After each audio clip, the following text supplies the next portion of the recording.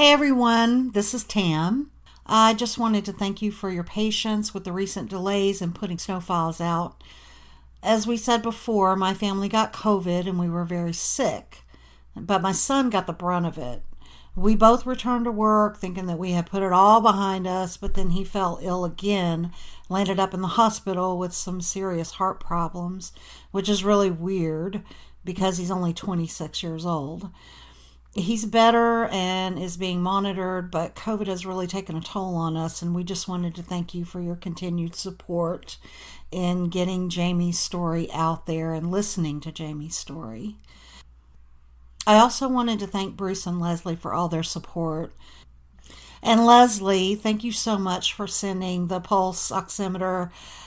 That was so kind, and between me and Bo, we put it to great use. Also, Jamie wanted to do a really quick shout out before we get started.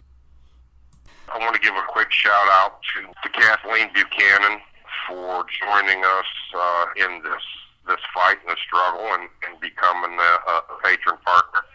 We really appreciate you, and we are so grateful to have you as a part of this. And I want to say one last thing to my friend Ellen. Tammy said she was going to send me some pictures of your new free Jamie Snow gear. I can't wait to see it. I miss you guys, and I really appreciate everything that all of you do to support me and keep me going in this struggle.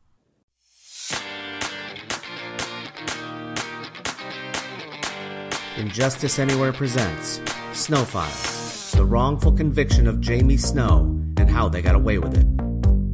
Snow Files, Episode 19, Jamie Takes the Stand.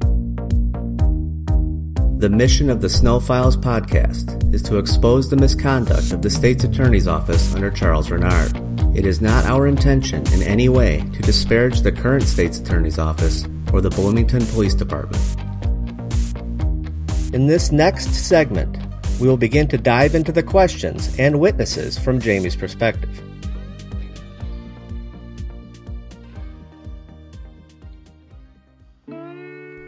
In episode 19, part 2, we are focusing on Jamie's rebuttal to the witnesses who testified against him, starting with Ed Palumbo.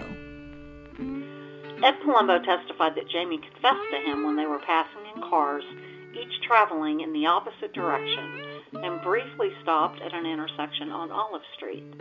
Palumbo testified that Jamie said, "Did you read about me in the paper?" Then said, "Boom, boom, gun goes off, kid dies." Palumbo has since recanted his testimony. You can listen to episode 7 for the full story of Ed Palumbo. When asked if you bragged to Ed Palumbo in the car by saying, "Boom, boom, gun goes off, kid dies," you said it never happened. He kept asking you that. The objection was asked and answered. And then you said, "I did not brag to Ed Palumbo." Ed Palumbo was real good friends with Rick Barkus. He would have been the last person in the world. And my question was, did you know Ed Palumbo had a relationship with Barkus at the time of the crime? Yeah, I mean, he had his relationship, if you want to call that, wasn't with Barkus as much as it was with Barkus's wife. And everybody knew that. I mean, I knew it. The people that knew Ed knew that, he was, he had this relationship going on with Barkus's wife. So in regards to Palumbo, Tammy testified that they did do the drive-by with the car, and that you asked if he was going to read about Palumbo in the paper. And she said that really was all that there was to it. I can't imagine having this long conversation at that intersection in the first place. It was during the middle of the day. There were cars, there were cars going in both directions. So it was just maybe 15 seconds. That was it. And really, I had asked him, I had said something along the lines of, I read about you in the paper. Because I knew that him and somebody else was out doing some stuff. And so, what I said to him was, I read about you in the paper, talking about him, when he decided to make up his story. I mean, that's what he said. So So, but it was actually me telling him, I read about you in the paper. The Reverend Bill Gaddis testified that either on the night of the crime or the next night, he went over to Denny Hendricks' apartment to see his brother, Garen Bradford, and that Denny Hendricks, Frank Turner, David Shepperson, Jamie Snow, Bobby Hendricks, and a guy named Mike were all in the back bedroom crying, and Gaddis asked who died, to which Frankie Turner responded, Jamie shot the boy at the gas station, and that Jamie just bowed his head and didn't say anything. They called it a confession of omission. Several friends and family members of Gaddis state that he was a known liar, and his story is disputed by everyone that was allegedly in attendance for this event, and it was never corroborated by anyone. You can listen to episode 16 for the full story of Bill Gaddis. You testified that you went to Denny's house on Lee and Market Street quite a few times. And when Bernard asked you if you knew the people who were supposedly at the house, you stated you knew Bobby and Todd Hendricks, Garen Bradford, and Frankie Turner, but never had met David Shepperson or the Reverend Bill Gaddis in your life. I mean, is there anything that you could have done to contradict that assertion? No, I don't know how I prove that I didn't know somebody. I never knew him. I mean, if I knew Dave Shepperson, I would say, yeah, I knew Dave Shepperson, but I didn't know Dave Shepperson, and I didn't know Bill Gaddis, and I'm sure that there were lots of people that went over to Denny's house, that apartment, that I didn't know. I mean, I went over there a few times, but it wasn't like it was a regular hangout place for me, I'm sure there were many, many, many people that went through there that I didn't know and had no acquaintance with. It wasn't just Bill Gaddis and Dave Shepperson. I would imagine there were a bunch of people. Randy Howard testified that Jamie called him to pick him up at the bus station the day after the crime and stated, "Man, bro, I fucked up. I shot the kid." Even though Jamie didn't even have a car or a phone at the time. Howard testified that he had known Jamie for years, but Jamie refuted that assertion. Howard has since recanted his testimony. You can listen to episode 9 for the full story of Randy Howard.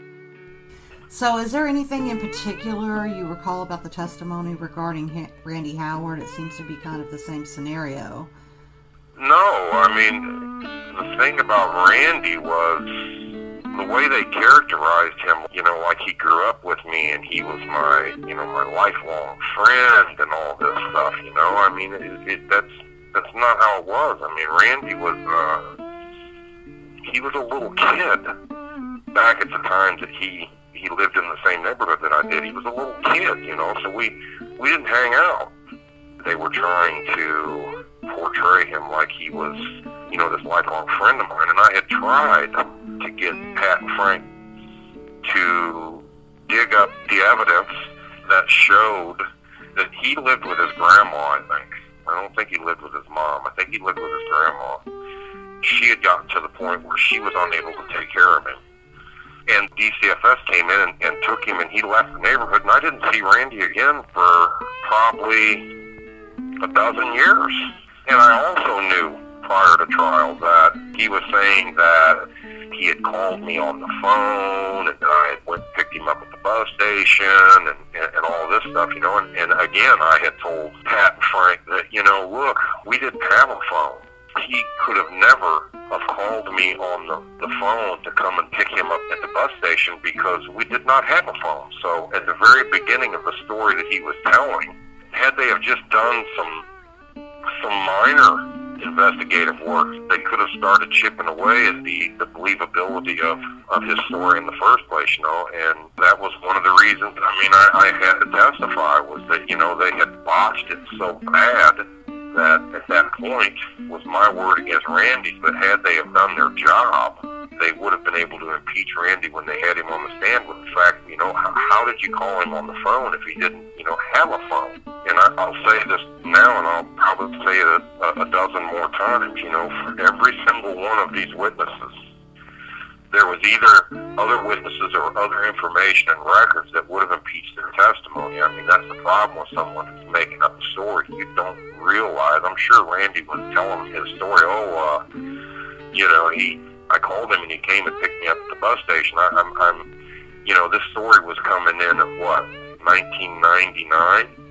So at that point, everybody's got cell phones or whatever, and so he probably never even imagined 10 years earlier, we didn't have a phone. So, I mean, his story began to fall apart from the very beginning. That was just one of the things that stuck out to me. And, I mean, there was really nothing I could say about it. It was my word against his. Dawn Roberts testified that she was living in the trailer park and Jamie poured out a beer at a party and gave a toast to Billy. And also that Jamie asked her to take down all of the composites around town and bring them to him. We did not do an episode on Dawn Roberts, but she has since recanted her testimony. Dawn Roberts. And this is where we go into the composites. It says, and do you recall him asking if there were ever, during that time frame, a number of those composites sitting on your kitchen table? And you answered no. Is that also a correct statement? And you said that's correct. And do you recall him asking, did Dawn Roberts ever bring you a copy of the composites? And you said, I don't believe so. Was that your testimony on direct examination? And they go on to talk about the kitchen table. And you said, Dawn Roberts never brought me a composite drawing. No one ever brought me a composite drawing. They were up all over town. If I really wanted one, I could have gotten one myself. We didn't do an episode on Dawn Roberts, but just to quickly review, she testified that she met you towards the end of 1992, which is interesting because you didn't live in Bloomington at that time. And she stated you were living in Southgate Estates at that time. Roberts testified about having a conversation in the kitchen of your trailer with Bill Morris, Mark McGowan, and Tammy Snow present, where you asked her to take composites down. She stated that she did and brought them back to you, and there were other flyers of the composite on the kitchen table. The other significant testimony from Roberts was that you, Mark McGowan, and a neighbor from across the street, and several other people in the yard, were in the yard, and you had poured out a beer and made a toast to Billy Little. Now, she would have been about 16 years old at the time. And in Tammy's testimony, Tammy Snow, your wife, also testified that there were no composites on the kitchen table at any time. So do you want to speak to that testimony? Dawn was pretty much in the same vein as everybody else. Her original statement should have been used to impeach her. I mean, when she first came up with her story, she was saying that she had, the crime happened in the fall and this was the spring, so it hadn't been very long at all. So she was implying that it was 1992, right? And like you said, we didn't even live in Illinois in 1992, so that couldn't have happened. When she was testifying that we were pouring beer out, toasting Bill Little, and, she was coming to the house, and we were having these parties at the house, and all these people were over there. That was why I had put Tina McCorder and Scott Rhodes was the guy that lived across the street, and Billy Morris, and, Mark McCown, all these people that, she said were present when all these things were going on. I put them on the witness list specifically so that they could come in and testify that those things never happened. I put my father and my mother-in-law down on the witness list because when she testified that all these things were going on, my wife and my kids, we all lived with my in-laws, my mother and my father-in-law. And if you knew my father-in-law, these parties and all these people that she was talking about being at the house, just that wasn't happening. And as you now know, and what people listening probably don't know, is Dawn has given us an affidavit recanting all of that. And just real quick, we heard through the grapevine, which I really don't like to listen too much to the grapevine in Bloomington, but people were talking that Dawn had testified in an effort to get her brother, who was in prison at the time, out on house arrest. So I had somebody look it up. His name was Kelly Roberts, and right after she testified, he was actually released from IDOC on house arrest. So in this case, when it comes to deals and wheeling and dealing and people getting things, where there's smoke, there's probably fire. So she did specifically say in her testimony that she met you towards the end of 1992 and stated that you were living in Southgate Estates, because so none of this could have happened during that time because you weren't there. No, we weren't even in the state of Illinois at the end of 1992. So, convicted rapist Bill Moffitt testified that Jamie confessed to him while they spent one night in a cell together while being transferred from McLean County Jail to Joliet. Moffitt's story grew over time until it matched the state's theory. You can listen to episode 10 for the full story of Bill Moffitt. Bill Moffitt, you testified that you did not offer him to go stay with your sister in Missouri if he ever needed a place to hide out, and that you never bragged to Moffitt about the crime, and didn't make any references to him about smoking crack, smoking a pipe, or needing money. Is there anything particular about his testimony that you wanted to share? First off, if you knew my sister, I wouldn't be sending a total stranger down to her house. I mean, it's just asinine to believe that. And one of the things that Moffitt said in his testimony or in his statements was that we were out and we needed some money, and we had pulled into that gas station to get gas. As we were getting gas, that's when we decided to rob the gas station. That's a complete contradiction to everybody else that testified. But, I mean, again, Moffitt's statements, should have been used, because his statements, his original statements, everything that he said in his original statement to the police, none of the details that he ended up testifying to years later, he didn't say any of it. And he was just another person who, I was telling Frank Pitzel, asked this dude to give us some names, since he'd known me for all these years and he'd seen me around town. Give us some names of some people that we could go out and get them to come in and testify that he'd ever seen me anywhere on the face of the earth, And I think Steve Skelton did a really good job of cross-examining him, because he got him to say that he couldn't write a letter because he, and tell anybody this story, because he didn't have, money for ride-outs, and he couldn't make a phone call, and, he never saw a guard, and, and he was in Joliet at the time for 60 or 80 days. So, that's why I put, a correctional officer that I knew that was in Joliet at the time, named Michael Buchkowski. I put him down as a witness, because he could have came in and testified that everybody was able to send out 3 free letters every week. If you didn't have any money, you got to send out 3 free letters. Everybody had access to the phones, and the only way you could go a day without seeing a guard is if you were blind. They come around and they do count 3 times a day, and that's why Buchkowski was on the list, was to come in and testify to those things. Had they used Buchkowski, and believe it or not, Frank Pitzel told me that they checked with IDOC and Buchkowski no longer worked for IDOC.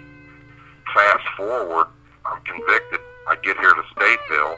They put me in a cell house in orientation. One of the first guards I see is Buchkowski. I call him over to my cell and I'm like, "Did you quit and come back, or what's going on?" He says, "What are you talking about? I've been working for IDOC all this time." So they didn't even try to reach out to Buchkowski. Had they reached out to Buchkowski, they could have put him on the stand. He could have testified to these things, and it wouldn't have just been my word against Moffitt. What's interesting to me about Bill Moffitt's testimony is when the state was cross-examining you, they didn't bring up any of that. They only brought up sister with Missouri so they could bring up, in my opinion, hiding out. And they brought up references to smoking crack and bragging. Those are the three themes within, it seems to me, that just run through this testimony. They're always bringing that up. Let me point out one thing, though, right? They never did put one person on the stand that ever testified that I'd smoked crack with them. Not one.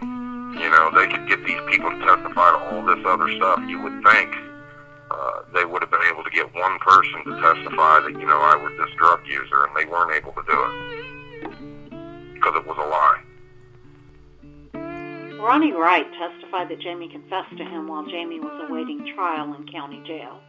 He has since recanted, stating that he and Jamie got into a fight over a game of dominoes and that he was kicked out of the pod. Wright stated in his affidavit that he was just trying to get back at Jamie for getting him kicked out of the pod. We did not do a full episode on Ronnie Wright, but he contacted Tammy Snow, stating he was riddled with guilt over falsely testifying and wanted to make things right. That's when he recanted. His affidavit stated that everything he said on the stand was a lie. So you never told Ronnie Wright to avoid talking about smoking crack in Florida because the police might think that it has something to do with the robbery, the murder of Bill Little. What was that like? No. That question was weird. No, I never told Ronnie that, and you know, as we all know now, Ronnie has also given an affidavit and recanted his testimony. That was clearly just the coaching by the state to get their witnesses to talk about these drugs, you know what I mean? So they could, I guess, make me look bad, I guess, you know, but no. And like I said, you know, Ronnie has now recanted. Ed Hammond testified that Jamie confessed to him when they were together in Centralia prison. He has since recanted, and evidence not revealed to the defense before Jamie's trial proved that he received a deal in exchange for his testimony. You can listen to episode 11 for the full story of Ed Hammond. You testified that you never said to Ed Hammond that you had been in need of money for drugs the night of the murder.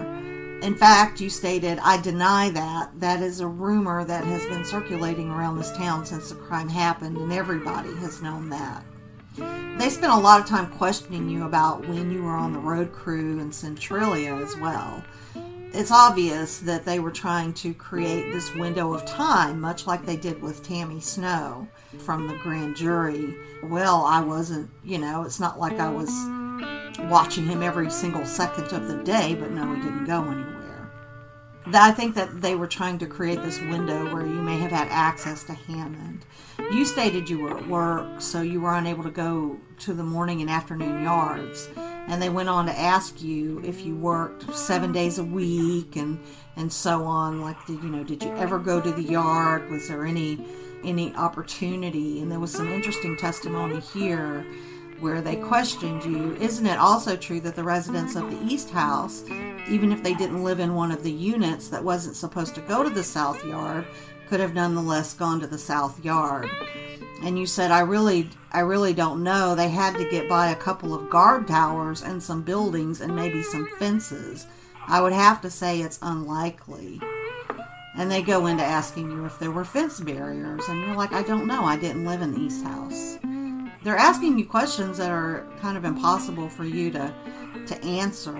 You land up saying, I'm saying me and Ed Hammond didn't have contact in Centralia when on the yard, in the chow hall, in the commissary, in the gym.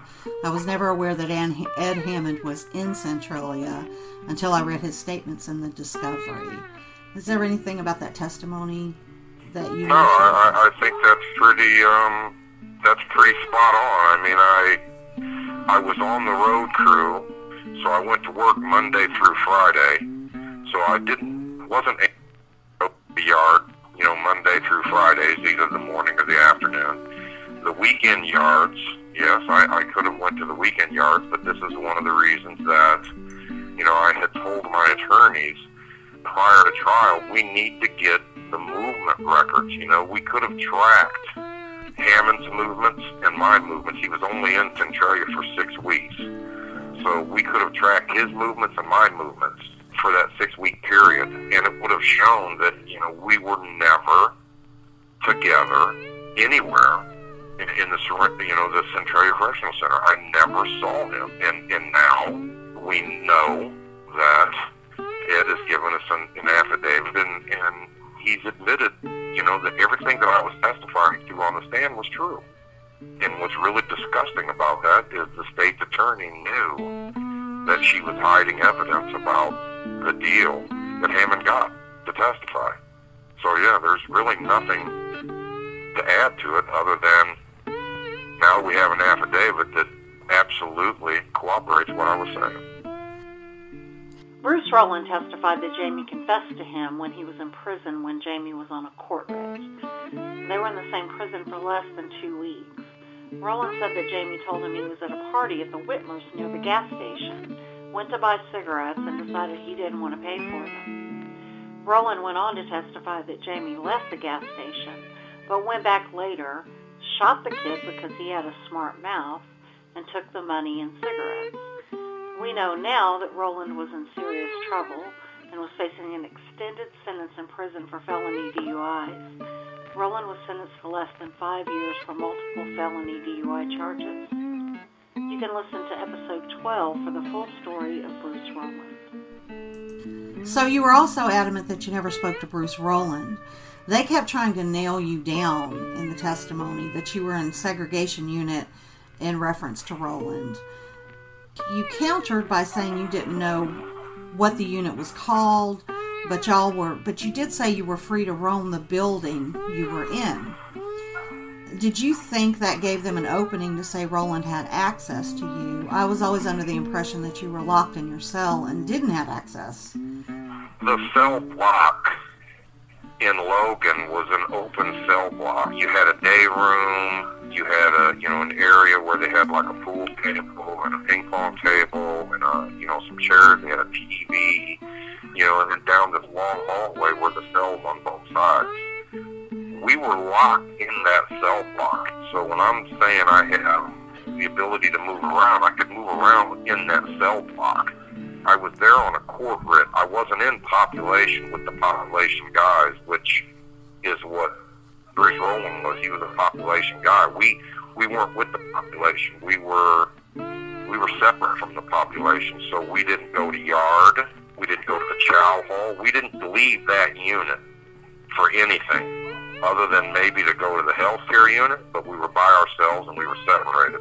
And that building that I was in also housed people that were in segregation. It was like a it's like F House here. F House is a 4-gallery cell house. They've had SAG on one floor, then they've had guys that are on Ritz on another floor, and then they've had population on another floor. So you're separated.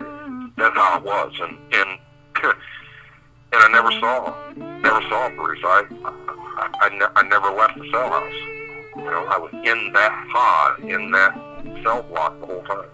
So he said, though, that he had access as a trustee to clean or something to mop floors in that cell block. No, he never came into that cell block. He was a population guy. We were not in population. We were guys that were in that pod that I was in were, on Ritz or whatever other designation they had. They were not population. So you're saying that he did not have access to come and clean as a trustee? He did not have access to that? Not to us. Not to that cell block that I was in, no. He did not have access to that cell block. And had my lawyers have done a little bit of investigation and some research, they would have been able to show that we were not Logan population. I was coming from Centralia, so I was kept in a cell block apart from the Logan population, because if you come there and you're not from that institution and something was to happen to you, then they're liable for that. Dan Tanaz, a Vietnam veteran, was an acquaintance of Jamie's when he lived in Florida. They worked together. He He testified that Jamie had told him he was involved in a robbery or something like that in Illinois, and that Jamie had asked him what it was like to kill somebody. Tanaz has since given an affidavit clarifying his testimony, stating that Jamie had stated that someone was accusing him of a robbery, and that he never said anything about being involved in a murder. Tanaz also stated that the detectives told him that Jamie Snow had shot his father and had killed a young kid that worked at a gas station for a small amount of money, beer, and cigarettes. He stated he had no knowledge of any murder, and that while he was waiting to testify, the police detective gave him a newspaper with the trial on the headline. We did not do an episode on Tanaz. The next person they talked about was Dan Tanaz. So he had testified, and we did not review his testimony as well, but he testified that you told him you were involved in a robbery in Illinois. You did agree that you told Tanaz that you were a suspect in a shooting when you were sitting around drinking, but it's really muddy. It's kind of like, well, maybe I did, I don't know. But then stated that he may have been mistaken. The state kept trying to say that you told him you were involved in a murder in Illinois, but actually that's not what he testified to at all. There really wasn't much else to his testimony except, critically, Tanaz stated these conversations happened in the summer of '95, but you were still in prison at that time. Is that correct? Yeah. He's like Don Roberts. He was given statements that, these conversations or these things took place, at a time when I wasn't even in Florida. Do you feel like he lied or that he was mistaken? Because it seems like a little bit earlier in the testimony he was talking about 97, and then he says 95, and he doesn't seem like he's trying to. I don't know. I really honestly don't know. I do know that Dan has now given us an affidavit that recants his testimony. I don't know why or how they were able to get Dan to testify. I have no clue. But he has since given us an affidavit and recanted it, and that's what matters. Do you remember having a discussion with him about a robbery No. or a murder or shooting somebody? No.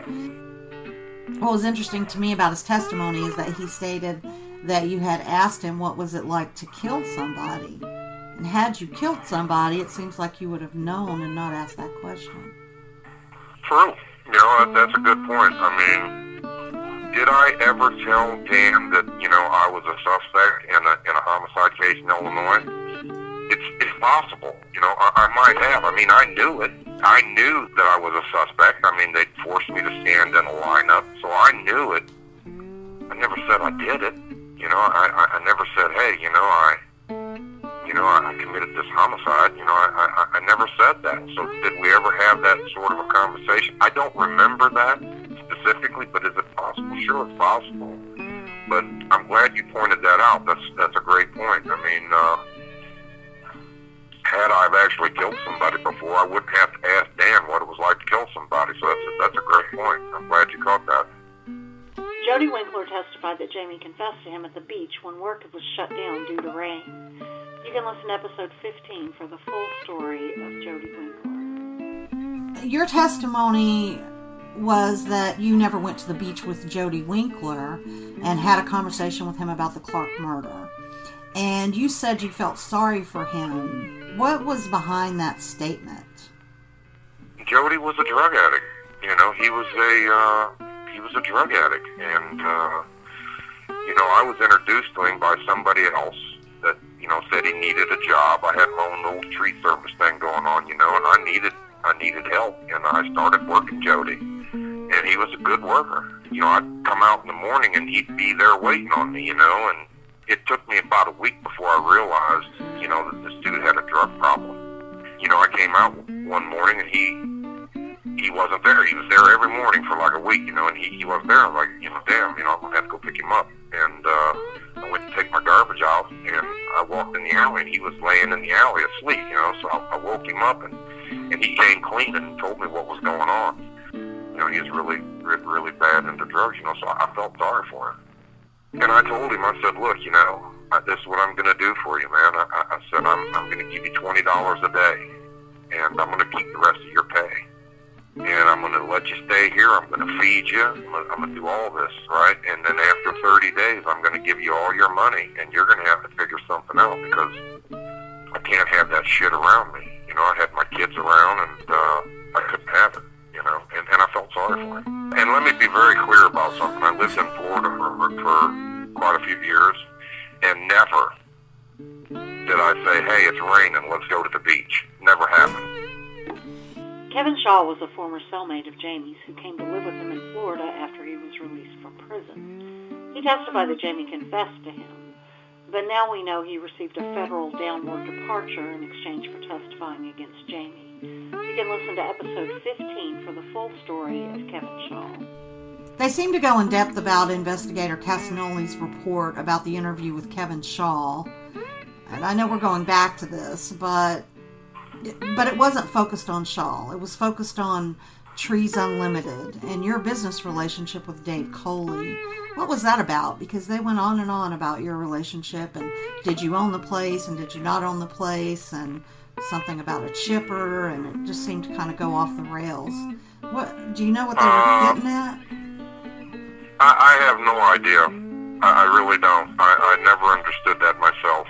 I believe that if that's the detective that we sent to talk to Kevin, we just wanted to get Kevin on record before anybody with the ability to cut him some sort of a deal or give him, something got to him. And it happened exactly the way that I knew it would. Before the state attorneys showed up to interview Kevin, he knew nothing about the case, and he's emphatic, Jamie never told me nothing about any murders. He wouldn't do anything like that. Give him a polygraph, so on and so forth. And as soon as Charles Reinert and Dan Katz, the witness whisperer, showed up, and all of a sudden Kevin's got a 50-page statement to give him, which, as we all know now, he got a minimum of 8 years knocked off of a federal prison sentence in return for his testimony.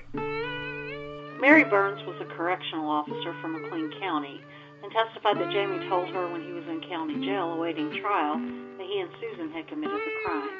You can listen to episode 17 for the full story of Mary Burns. You testified that you got along well with Mary Burns, the correctional officer in McLean County when you were waiting in county, and that you may have talked about your flight. And you said later on cross-examination that you never talked about the case. But earlier in the beginning of your testimony, they asked what you said to her, and this was Riley or Pitzel, whoever. You said, I was talking about a couple of different things, and the conversation was flowing between one thing and the Clark. And I was trying to, explain to her why I thought I was a suspect. And I was relating to her something else that had happened totally different than this case. And the only thing I can figure out is that she misunderstood exactly what I was talking about. I have never said that Susan was driving me anywhere. Susan Claycomb Powell has never driven me anywhere, and I do not know who committed this murder. And I would not tell her that. So there seems to be a little bit of discrepancy there. Here's what I think, all right, and this is what I think. I don't think there was a misunderstanding at all with Mary Burns. I don't think she misunderstood what I was talking about at all. I guess what I meant when I said we didn't talk about this case was me denying, it's me saying that we did not talk about this case in the manner that she said we did. That never happened. And I guess that's what I meant. Look, when you're on the stand being cross-examined in a first-degree murder case, and it's a very intense situation. I wasn't being deceitful. I just may have been a little distracted by the questions, but the truth is, we never had the conversation that she said we had. It never happened. And I guess that's what I would say about it. It never happened. And had my attorneys done their job and went and talked to Demetrius Kreitz and Lindsay Caldwell and Garen Smart, the people that she claimed were present when I was making these statements, they would have been able to put them on the stand, and they would have all testified that it never happened. Had they have talked to her immediate supervisor, Chris Salmon, who she claimed she told him about this conversation, he would have testified that it didn't happen. It wouldn't just be me, my word, against Mary Burns. There would have been some cooperation to it. The question came, and it was one of Leslie's questions, because I think that we had said during the Mary Burns that you never said anything about it, and she said, we need to clarify that. So I'm looking at your second statement, and actually it corroborates what you said. When they were asking you on cross, you said, it is my firm recollection that we didn't discuss a case which I'm on trial for in the context that she has said. Listen, this was the problem with me having to take the stand, because they had dangled the other case out there, and had I never been a suspect in that case, had I never been arrested for that case, I would have never been a suspect in the Williamsville homicide. That's where all of the confusion and because we probably should have, and in hindsight, I wish I would have. I should have just told the jury, you know what, I'm putting it all out on the table. This is why I'm a suspect in this case. And this is what happened with the Freedom robbery. And this is what these people are talking about. They've got the two cases mixed up. They think, as a matter of fact, one of the people that testified at the grand jury realized that when she was testifying in the grand jury that she had it wrong. She was thinking of the Freedom robbery and not the Clark case. So it was confusing, and the state used that to their advantage because they knew that we probably didn't want to bring it out. But in hindsight, we absolutely should have. We absolutely should have. We should have cleared up all the discrepancies for the jury to consider. I think earlier on, very early on during the podcast, that Leslie brought that out very well when she was talking about on the Q&A, when they replaced the word robbery with murder. And you know what? I'm glad she caught that, because that's absolutely what was going on. And I look back on it now in hindsight. Hindsight's always 20/20. I wonder if the jury would not have found me more credible had I have not just said, you know what? I don't have to tell you about this. I don't have to tell you about this, but you know what? I'm going to tell you about it, because I think it's the only way that you're going to come to the right decision. You need all the information, not just what the lawyers have decided and argued you can have. I think you need it all. So I'm going to give it to you, even if it's to my detriment. I'm going to give it to you because I think you need to know in order to come to the right decision. I mean, that's probably what we should have done. But Leslie was absolutely right. I mean, that's what they did. Because if we were bringing it out, in trial, and then it was just out there, we could have produced the grand jury testimony for Freedom and said, see, yes, this is what they're saying. This is what they're doing. Absolutely. Yes.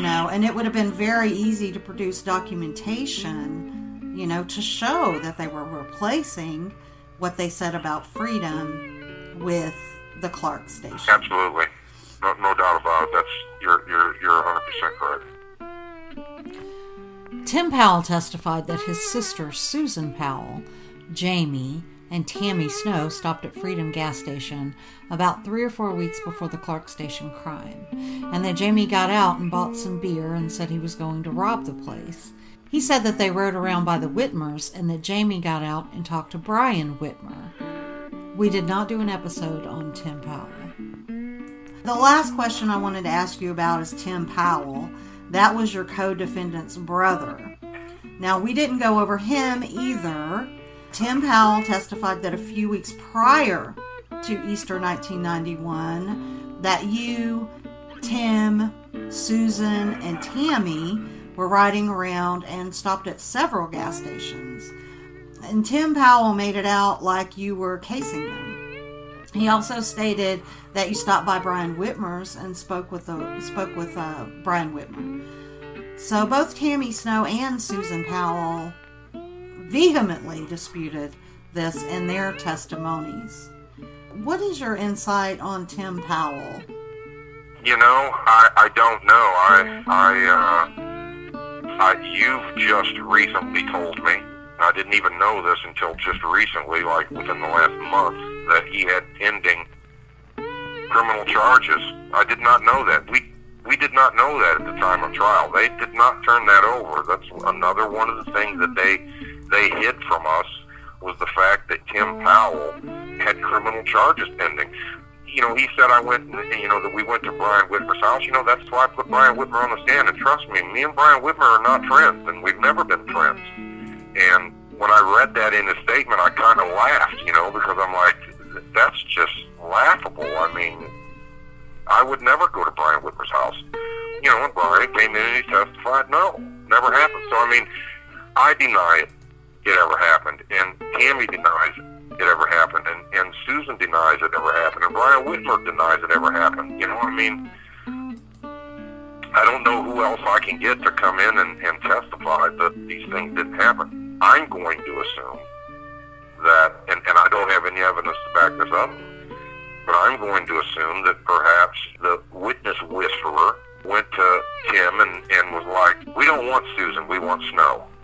So if you can help us get him, we're not worried about her. And maybe that's why he did it. I don't know. It could just be that it was an open season on deals in McLean County. He had a pending criminal case, and I don't know, I forget what you said, but did they dismiss his charges after a trial? He had a plea sentencing hearing on October 29th, 1999. And he pled guilty to resisting, obstructing peace officer, correction employee. He had 2 counts of that. And then possession of drug paraphernalia, which isn't, that isn't too bad. But he got 12 months probation. Okay. That's a relative slap on the wrist. So, it could be that's what it was. I don't know. Like I said, everybody that supposedly was involved in this ride and, going to the Whitmer house and all of that, everybody said it didn't happen. And trust me, Brian Whitmer was no friend of mine, so he wasn't testifying for me. He was just telling the truth. So. And it's interesting that he popped up, again, all of these people popped up, in 1999, 1998. After they all just popped up. So nobody, not one person on this witness list was like in 1991, hey, Jamie Snow was casing this place. He said he was going to rob a place. Where was he then? Yeah, it didn't happen. It didn't happen. So, like I said, I'm surprised they didn't take an ad out in the paper and say, if you'll testify against Snow, we'll let you go. I think that's all it was. It was open season, and everybody knew that if you needed a deal, if you were in trouble, now's the time to come up with a story. And that's what happened.